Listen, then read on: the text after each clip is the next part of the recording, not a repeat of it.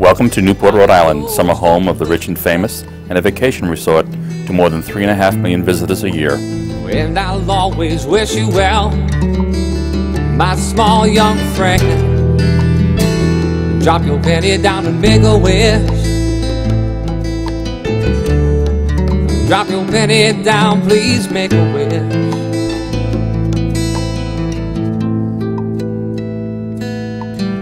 Well, you're 9 years old, you're wondering if your mom and dad will ever get together again.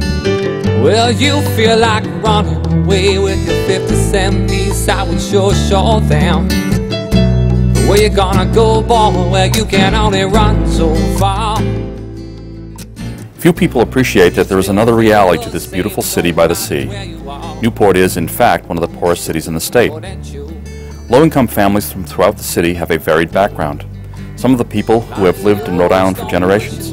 Others represent ethnic groups from throughout the region and around the world.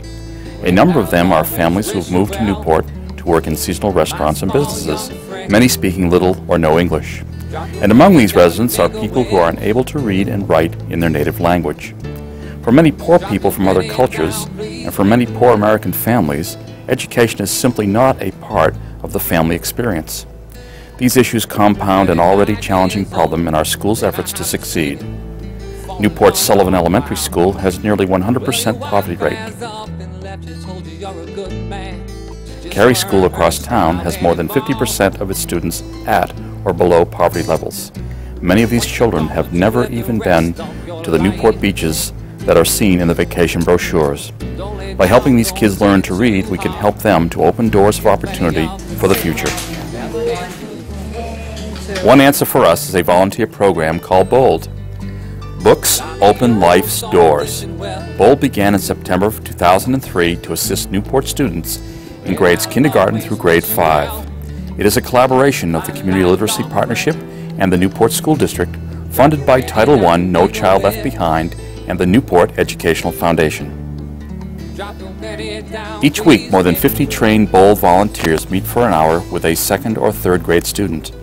This special relationship creates a bond between two very different sides of the Newport community. Together, the volunteer and student explore the imaginative world of books, a world that is new and exciting for many of these children. I'm Dave Wickstead. I'm the president of Newport Public Education Foundation, which is an independent 501c3 founded back in the early 90s to help the public schools. We're committed to doing whatever we can. One area, for example, is the area of literacy. We feel we have the ability to do something. Oh, look who walked in, guys. What do we say? Okay. I became involved as a BOLD volunteer through my interest in the public school system. I am on the school committee, and I really wanted to get a hands-on feel in the classroom of what it's like to be a 1st grader or a 3rd grader or a 5th grader throughout the system, to see what the challenges are in a classroom. I think one of the wonderful things about the BOLD program is it gets volunteers into the classroom working one-on-one with the students, confidence on their part, and gives a little additional time for the teacher to help other children in the class. But I've been very happy with the program, and I hope we can get more volunteers to help out with the students, because they really do need a lot of individualized instruction. I know that I always look forward to coming here on Friday mornings, and I think, judging by the reception of the kids, they kind of look forward to seeing me. Okay, that's good. That's an easy one. I would recommend any other teacher that wants to get involved in the BOLD program by having a volunteer in the classroom to, first of all, be open to it, okay, and secondly, see them as an ally, see them as another confidant, and also take the initiative of showing them different skills that you're using in your classroom, teaching them your classroom language, and successfully integrating them into the classroom structure. Don't treat them as someone coming in from the outside, but welcoming them as a part of the classroom community. If you teach them the different techniques that you're using, the language you're using, then again, it's a positive situation. You have common language for the children. I think that's sometimes the biggest problem, that when volunteers come in the classroom, the language is different when they're discussing things with the children. When I say language, I mean the vernacular in the academics. They might be saying something as simple as the volunteer comes in saying sound out. We don't say sound out, we say write the sounds you hear. So if you're instructing them on the best ways they can be used in the classroom, that is what you have to do as a teacher. Take the initiative to do that. But again, and have fun with them, enjoy them, and encourage them to bring in their different specialties. Mrs. Gordon loves to bake cookies, so when we were studying the gingerbread man, she baked gingerbread cookies for each of the children. So little things like that, by allowing them to bring in elements of their personality into the program also, and just giving them that freedom to know that be yourself. That's the positive. I'm Morgan. See, is having the BOLD program in your classroom is that it's an exposure that we can have to the community. It's also helping our children in getting people coming in, working one-on-one, and focusing on kids with special needs, kids who need that nurturing and that one-on-one reading. The goals for the BOLD program that I see are that it gets people from the community into our school systems. The BOLD program has made a big difference in anticipation. Students really look forward to Wednesdays and Fridays because they know that's when their volunteers are coming. They've developed a relationship and a respect for them. They listen to them, they pay attention to them, and they know if they're well behaved, they have a chance of reading one-on-one with them, which is a huge reward. Or even if somebody's doing fabulous, you know, they could come up to you and say, you know, Johnny did this book today, and you know what, he did a wonderful job. We need to hear that too. My name is Jo Gaines, and I'm a BOLD volunteer at Sullivan Elementary School here in Newport. I work with third graders.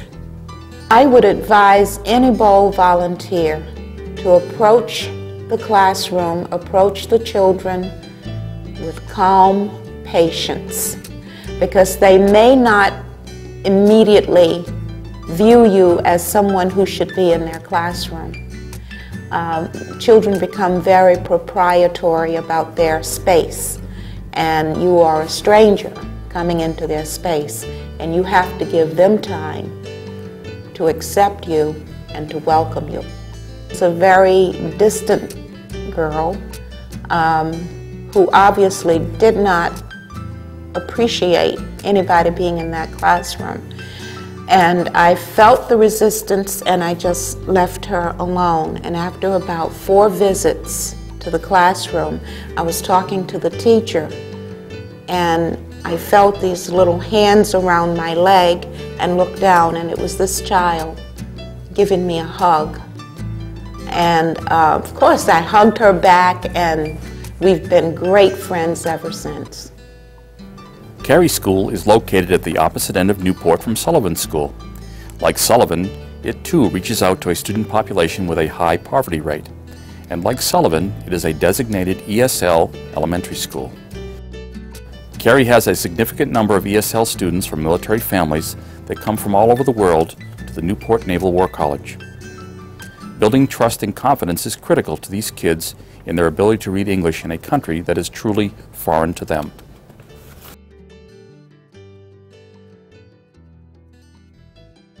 Hi, I'm Sue Moore. I'm grade 4 teacher here at Carey School. I have volunteers in the after-school program and during the day.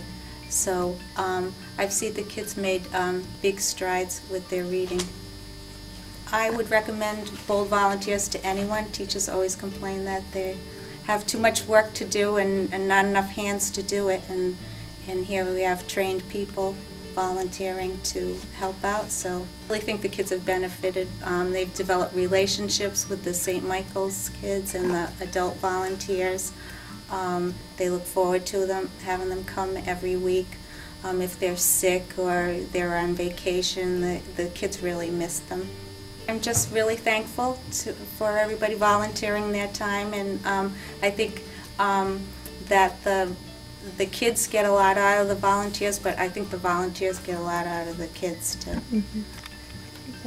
Hi, my name is Emma Sconyers, and I go to St. Michael's Country Day School, and I've been volunteering here at Bold. I'm in the 8th grade. We have to fulfill 20 hours of community service, and we focused on the math and the reading and writing. Sounds good, reading and little kids. I love little kids. I have a little sister at home. Differences that I've made in the children's lives, well, I guess I've sort of built up their confidence.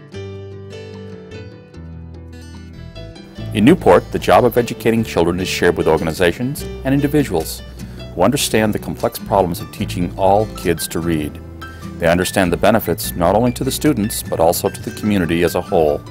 Through Bold, our volunteers are changing the world, one child at a time.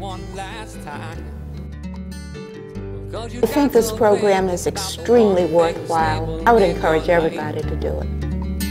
And I've been here for you through all those many days. And I promise to be here for the next young friend who comes my way. Yes, I do. 'Cause I'm the old stone wishing well, and I'll always wish you well, my tired old friend. Drop your penny down and make a wish. Drop your penny down, please make a wish. Drop your penny down, boy.